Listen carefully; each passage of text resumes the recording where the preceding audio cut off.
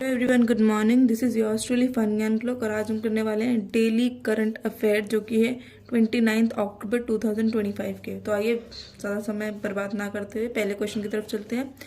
Name India's heaviest communication satellite launched by ISRO.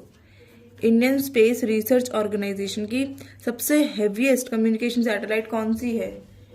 ठीक है, तो इसका नाम है CMS-03 also known as GSAT-7R। ठीक है, अभी लॉन्च फॉर इंडियन नेवी, इसको इंडियन नेवी के लिए लॉन्च किया गया है। पहले पता ये कम्युनिकेशन सैटेलाइट होती क्या है? संचार के साधन होते हैं, जैसे कि मान लीजिए हम जैसे इंटरनेट है, मोबाइल है, टेलीविजन, ये सारे क्या कनेक्ट करते हैं एक से दूसरे को, ताकि कभी हमारी नेवी को कभी वॉर लाइक सिचुएशन में या फिर किसी भी ऐसी इमरजेंसी सिचुएशन में कोई प्रॉब्लम ना हो। इसके लिए CMS-03 जो सैटेलाइट है उसको लॉन्च किया गया ताकि कम्युनिकेशन और कनेक्शन ईजी रहे। अब इसे लॉन्च व्हीकल मार्क 3 में स्थापित किया जाएगा। ये जो हमारी CMS-03 है इसको LVM-3 में स्थापित किया जाएगा और इसको सैटेलाइट को लॉन्च कहाँ से किया जाएगा? From Satish Dhawan space centre Sriharikota, जो कि आंध्र प्रदेश में पड़ता है। ठीक है,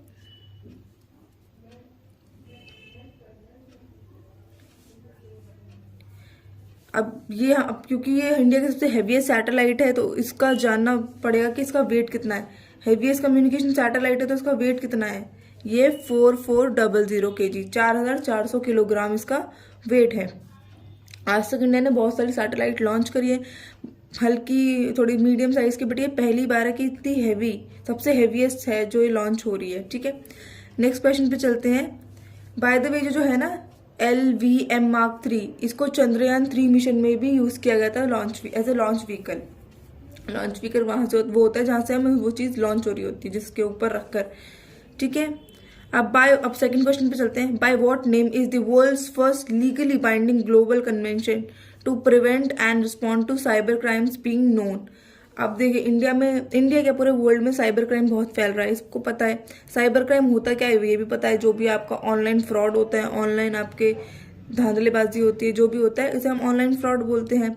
किसी का पिक्चर्स का मिसयूज होना, किसी के ट्रांजैक्शंस हैक कर लेना, किसी का पूरा फोन ही हैक कर लेना, ये सब हमारे क्या है? सोशल मीडिया क्राइम्स है, फिर इसको हम ऑनलाइन क्राइम्स बोलते हैं, फ्रॉड बोलते हैं।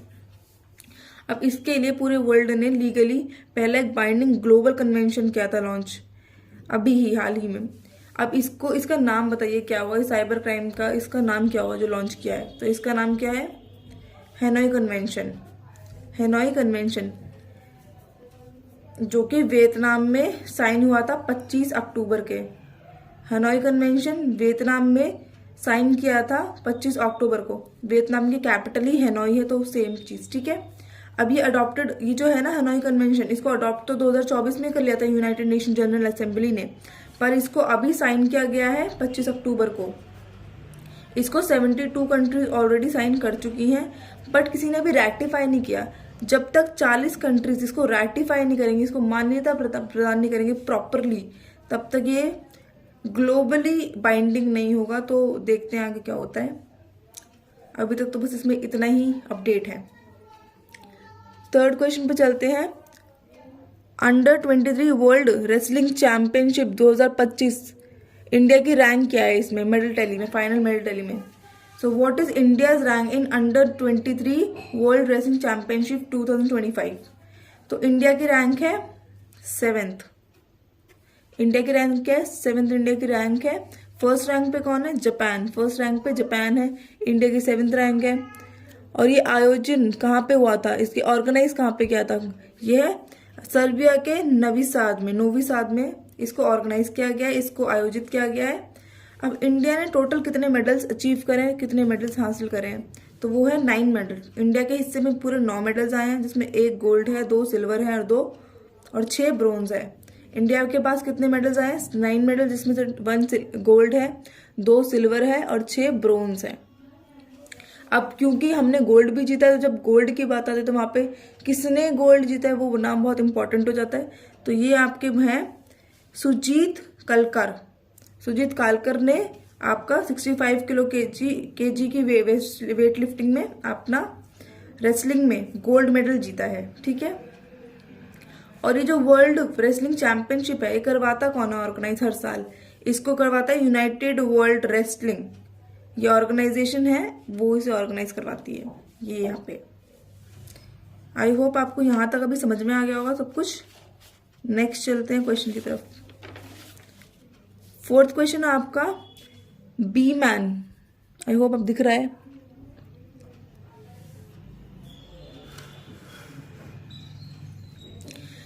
बी मान करके एक स्कीम लॉन्च करी है स्टेट गवर्नमेंट ने to boost civil aviation sector. अब ये कौन सी स्टेट ने ये लॉन्च करी है स्कीम?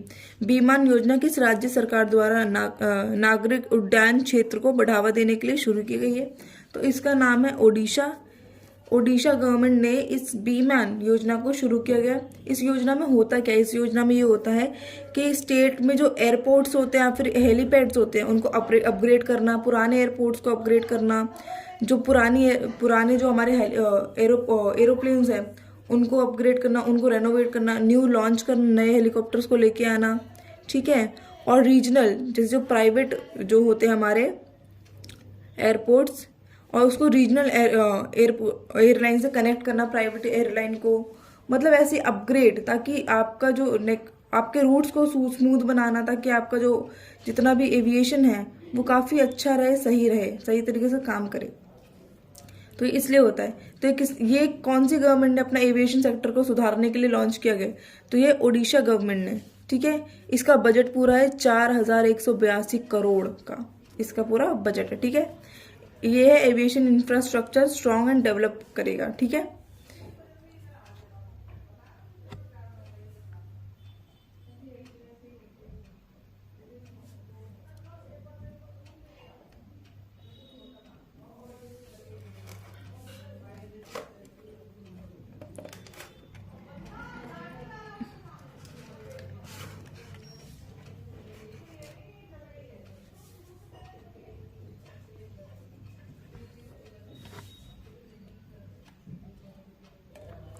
नेक्स्ट क्वेश्चन पे चलते हैं। फिर फोर्थ तक हमारे हो चुके हैं, फिफ्थ पे चलते हैं।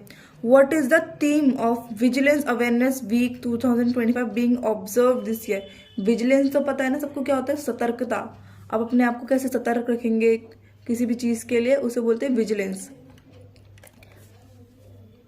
अभी जो विजिलेंस आपका अवेयरनेस जो वीक है वो इस साल कब से कब, कौन सी डेट तक ऑब्जर्व किया जा रहा है? वैसे तो ये जो विजिलेंस वीक होता है ये अक्टूबर एंड में ही होता है, लास्ट वीक ऑफ अक्टूबर में होता है, लेकिन इस बार थोड़ा लंबा चल रहा है। ये 27 अक्टूबर से लेकर 2 नवंबर तक चलेगा, ठीक है। और इसका जो है थीम है विजिलेंस आर शेयर्ड रिस्पॉन्स। इसका थीम है इस वीक का विजिलेंस आर शेयर्ड रिस्पॉन्स, ठीक है। और ये विजिलेंस अवेयरनेस वीक क्यों मनाया जाता है, किसके रिमेम्बरेंस में बनाया जाता है, ये हम पहले देख लेते हैं। तो ये जो है हमारे first home minister Sardar Vallabh भाई पटेल, इनकी रिमेम्बरेंस में इस वीक को मनाया जाता है। सरदार वल्लभ भाई पटेल को हम अपने लौह पुरुष या फिर आयरन मैन भी बोलते हैं। ओके, तो ये है हमारे टॉप 5 क्वेश्चन आज के। बहुत इंपॉर्टेंट क्वेश्चन है, सारे इंपॉर्टेंट है, पांचों के पांचों, एक भी स्किप मत करना, सारे रिवाइज कर लेना, एक बारी गो थ्रू कर लोगे इजीली याद भी हो जाएंगे, ठीक है। अब थोड़ा सा हम ना वर्ल्ड बैंक के बारे में थोड़ा पढ़ लेते हैं कि बहुत इंपॉर्टेंट ऑर्गन है हमारा पूरे वर्ल्ड का ही, तो इसको पढ़ते हैं। वर्ल्ड बैंक है क्या? ये जो वर्ल्ड बैंक है ये ब्रेटन वुड एक हुआ था, उसके थ्रू इसको इंट्रोड्यूस किया गया। अब ये इस्टेब्लिश कब हुआ था? 4 जुलाई 1944 को। इजी है, 4 जुलाई है और 444, ठीक है। 4 जुलाई 1944 को इसको लॉन्च किया, इसको इंट्रोड्यूस किया था वर्ल्ड बैंक को। इसके हेडक्वार्टर्स कहाँ है? वॉशिंगटन डीसी यूएसए, ठीक है। अमेरिका में इसके हेडक्वार्टर्स है वॉशिंगटन डीसी में। इसके प्रेसिडेंट क्या है अभी करंट प्रेसिडेंट? इनका नाम है अजय बंगा इनके भी करंट प्रेसिडेंट है। और इसके कितने मेंबर्स है, कंट्री कितनी इसके मेंबर्स हैं? तो ये 189 कंट्रीज। हम इंटरनेशनल लेवल पे कंट्रीज को स्टेट्स बोल देते हैं, तो कंफ्यूज मत होना, ठीक है। ओके, ये थे हमारे आज के इंपॉर्टेंट करंट अफेयर्स। अब हम कल के थोड़े से क्वेश्चन देख लेते हैं। मैंने आपसे 3-4 क्वेश्चन पूछे थे, उसके पहले आंसर देख लेते हैं। पहला क्वेश्चन था कल का, who was awarded the AM Turing Nobel prize in computing? AM Turing 2024, इसको कंप्यूटिंग का नोबेल प्राइज भी बोलते हैं। तो इसका आंसर है हमारा एंड्रयू बार्टन। आई होप आपको दिख रहा होगा, ये एंड्रयू बार्टन है, रिचर्ड सटन। इन दोनों को 2025 में 2024 का AM ट्यूरिंग अवार्ड इनको दिया गया है। अब मैंने सेकंड क्वेश्चन था, ये जो चापचार कूट जो फेस्टिवल है वो कौन सी स्टेट में मनाया जाता है। मैंने हिंट दिया था ये नॉर्थ ईस्टर्न स्टेट थी, तो इसका आंसर है चापचार कूट का मिजोरम। मिजोरम में चापचार जो कूट है वो फेस्टिवल बहुत ही अच्छे से मनाया जाता है, ये मिजोरम का फेस्टिवल है। थर्ड था विच मिसाइल हैज बीन रीनेम्ड गांडिव। गांडिव कौन सी मिसाइल को रीनेम किया गया, उसको किसी मिसाइल का नाम चेंज करके गांडिव किया गया, कौन सी मिसाइल थी। तो ये है अस्त्र MK मिसाइल 3। क्या नाम है, अस्त्र MK3 मिसाइल है, इसका नाम चेंज करके गांडिव कर दिया गया है। गांडिव क्या था, बेसिकली जो गांडिव है वो अर्जुन जी का धनुष था, तो उसके नाम पर ही इसको नाम को गांडिव को लिया गया है। ठीक है, ये थे हमारे कल के क्वेश्चन जो हमने एक बार कर लिए रिवाइज। अब चलते हैं हम आज के क्वेश्चंस ऑफ द डे पे।